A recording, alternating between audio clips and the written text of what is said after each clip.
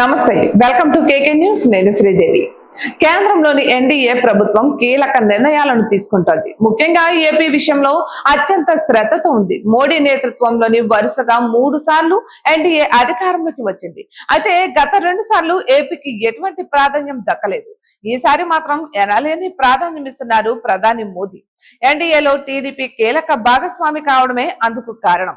అయితే ఈసారి రాజకీయంగా కూడా ఏపీకి ప్రాధాన్యం ఇవ్వాలని చూస్తున్నారు. గవర్నర్ పోస్ట్ ఒకటి టీడీపీకి కేటాయించాలని సూత్రప్రాయంగా నిర్ణయం తీసుకున్నట్లుగా సమాచారం. ఈ తరుణంలో గవర్నర్ పోస్ట్ ఎవరికి ఇస్తారు అనేది హాట్ టాపిక్ అవుతుంది.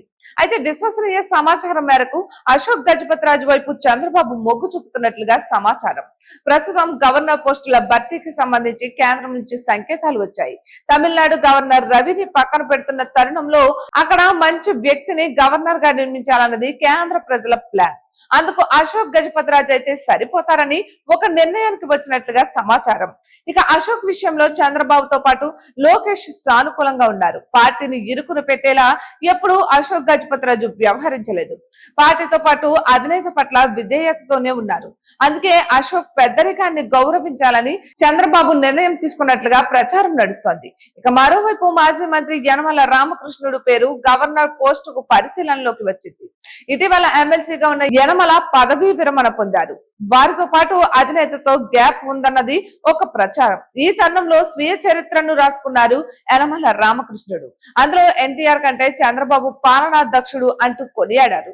కానీ ఎందుకో దీనిపై స్పందించలేదు చంద్రబాబు. కనీసం లోకేష్ సైతం నోరు తెరవలేదు. పైగా యనమల కుమార్తె దివ్యపై ఫిర్యాదులు వస్తున్నాయి. అందుకే యనమలను వదిలించుకునేందుకే చంద్రబాబు సిద్ధపడినట్లుగా ప్రచారం నడుస్తోంది. అయితే యనమల మాత్రం పార్టీతో విభేదాలు పెట్టుకుని అనవసరంగా ఇబ్బందులు పడకూడదని భావిస్తున్నట్లుగా సమాచారం. మొత్తానికైతే ఇద్దరు సీనియర్లలో ఒకరి వైపు మాత్రమే చంద్రబాబు మొగ్గు చూపుతుండడం విశేషం. ఇటువంటి మరెన్నో వీడియోస్ కోసం కేకే న్యూస్ తెలుగు ఛానల్ ని సబ్స్క్రైబ్ చేసుకోండి.